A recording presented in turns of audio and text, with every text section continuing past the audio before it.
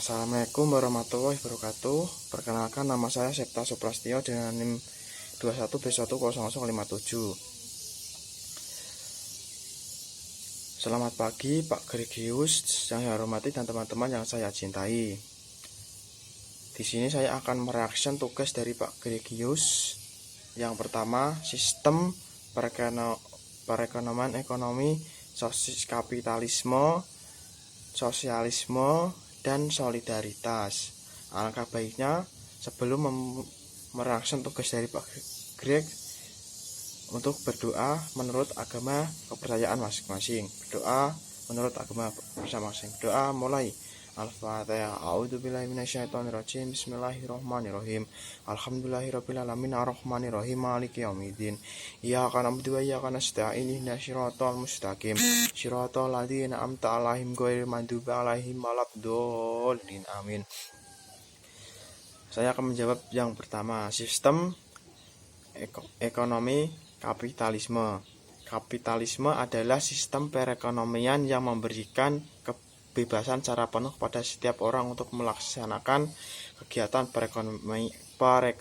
perekonomian seperti memproduksi barang, menjual barang, menyalurkan barang, dan lain sebagainya. Dalam sistem pemerintahan ini turut ambil bagian untuk memastikan kelancaran dan keberlangsungan kegiatan perekonomian yang berjalan, tetapi juga pemerintah tidak ikut campur dalam ekonomi. Dalam ekonomian kapitalisme, setiap warga dapat mengatur nasibnya sendiri sesuai dengan kemampuannya. Semua orang bebas bersaing dan bisnis untuk memperoleh laba sebesar-besarnya.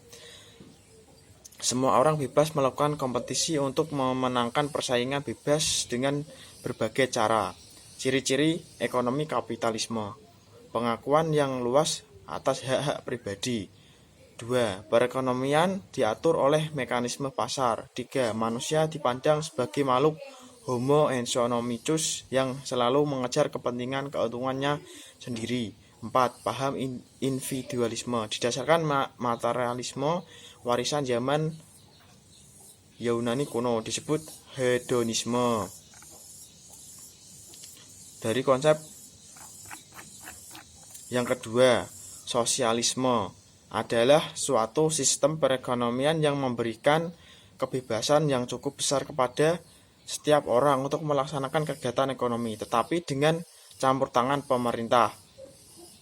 Pemerintah masuk ke dalam perekonomian untuk mengatur tata kehidupan perekonomian negara, serta jenis-jenis perekonomian yang menguasai hajat hidup orang banyak dikuasai oleh negara seperti air listrik, telekomunikasi, gas, dan lain sebagainya. Sistem ekonomi sosialisme adalah suatu sistem ekonomi dengan kebijakan atau teori yang bertujuan untuk memperoleh suatu distribusi yang lebih baik dengan tindakan otoritas demokrasi terpusat dan kepadanya perolehan produksi kekayaan yang lebih baik daripada yakini berlaku sebagaimana yang diharapkan. Sistem sosialisme berpandangan bahwa kemakmuran individu hanya mungkin tercapai bila berfondasikan kemakmuran bersama. Sebagai berkonsekuensinya penguasaan individu atas aset-aset ekonomi atau faktor-faktor produksi sebagai besar merupakan kepemilikan sosial. Prinsip dasar ekonomi sosialisme: pemilihan harta oleh negara, kebersamaan ekonomi, disiplin politik. Ciri-ciri ekonomi sosialisme: lebih mengutamakan kepercayaan kolektivisme. 2. Peran pemerintah sangat kuat. 3. Sifat manusia ditentukan oleh pola produksi.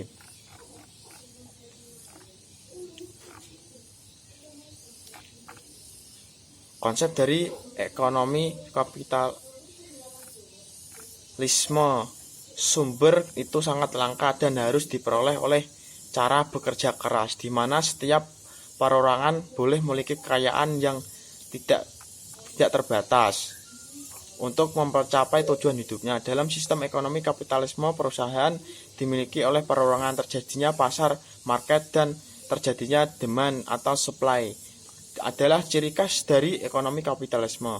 Keputusan yang diambil atas isu yang seputar masalah ekonomi sumbernya adalah dari kelangkaan kelas bawah yang membawa masalah tersebut ke level yang lebih atas.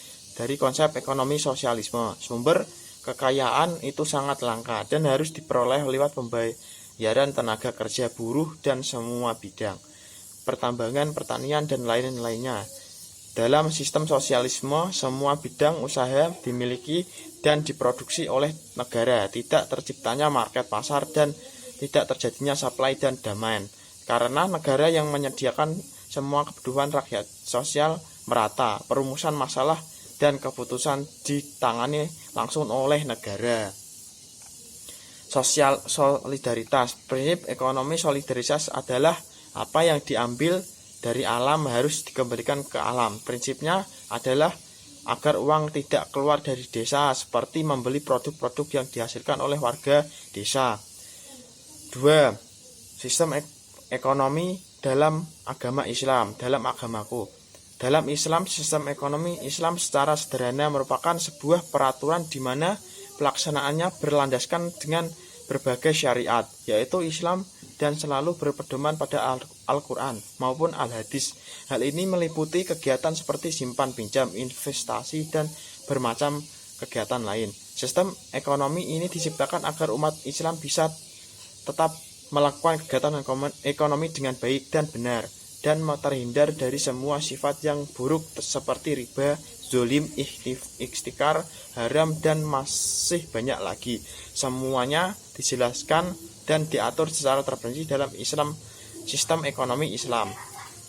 Konsep Islam dalam berbagai persoalan seperti produksi, distribusi, hutang, piutang, pendapatan, serta belanja negara termasuk ke dalam sistem ekonomi. Dalam sistem kedudukan harta termasuk ke dalam hal yang sangat penting. Hal ini dibuktikan dari adanya berbagai pendapat, namun semuanya merujuk pada suatu ketentuan, yakni pada akhirnya semua harta adalah milik Allah Ta'ala. Islam juga memberikan perlindungan kepada para pemiliknya. Kelebihan ekonomi Islam.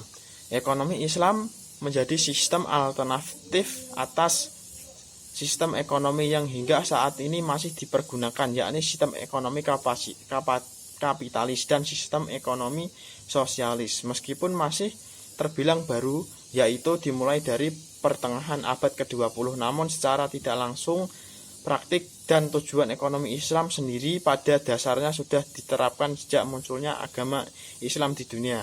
Beberapa kelebihan dari ekonomi Islam atau ekonomi syariah sendiri diantaranya adalah sebagai berikut. Terdapat moral dan etika pada ekonomi Islam atau ekonomi syariah. Penggunanya secara tidak langsung diharapkan kepada serangkaian moral dan etika. Hal ini karena Islam mengajarkan proses konsumsi yang tidak hanya mementingkan kepada aspek kepuasan materi saja, tetapi juga digunakan untuk memenuhi kebutuhan sehari-hari saat melakukan proses jual beli. Misalnya, Islam mengajarkan beberapa norma yang seharusnya ditaati oleh para pelaku ekonomi. Yang kedua, proses distribusi yang berdasarkan kepada keadilan. Sistem ekonomi yang menjadikan keadilan sebagai salah satu asas utama yang wajib dipatuhi Islam, memberikan batasan dalam distribusi fungsional agar tercipta kestabilan dalam suatu kesejahteraan ekonomi. Hal tersebut jelas berbeda dengan prinsip kapitalisme yang cenderung menimbulkan kesenjangan. Begitu pula sistem ekonomi sosialisme yang cenderung menikmati kemiskinan bersama. Yang ketiga, kebebasan dalam pengambilan keputusan. Islam memberikan kebebasan kepada manusia untuk mengambil keputusan yang dilandaskan pada nilai-nilai tauhid. Kebebasan ini kemudian akan mengoptimalkan kemampuan dan keputusannya yang berhubungan dengan ekonominya tanpa didasari paksaan siapapun. Demikian tugas reaction yang saya sampaikan. Atas kurang lebihnya saya mohon maaf. Wassalamualaikum warahmatullahi wabarakatuh.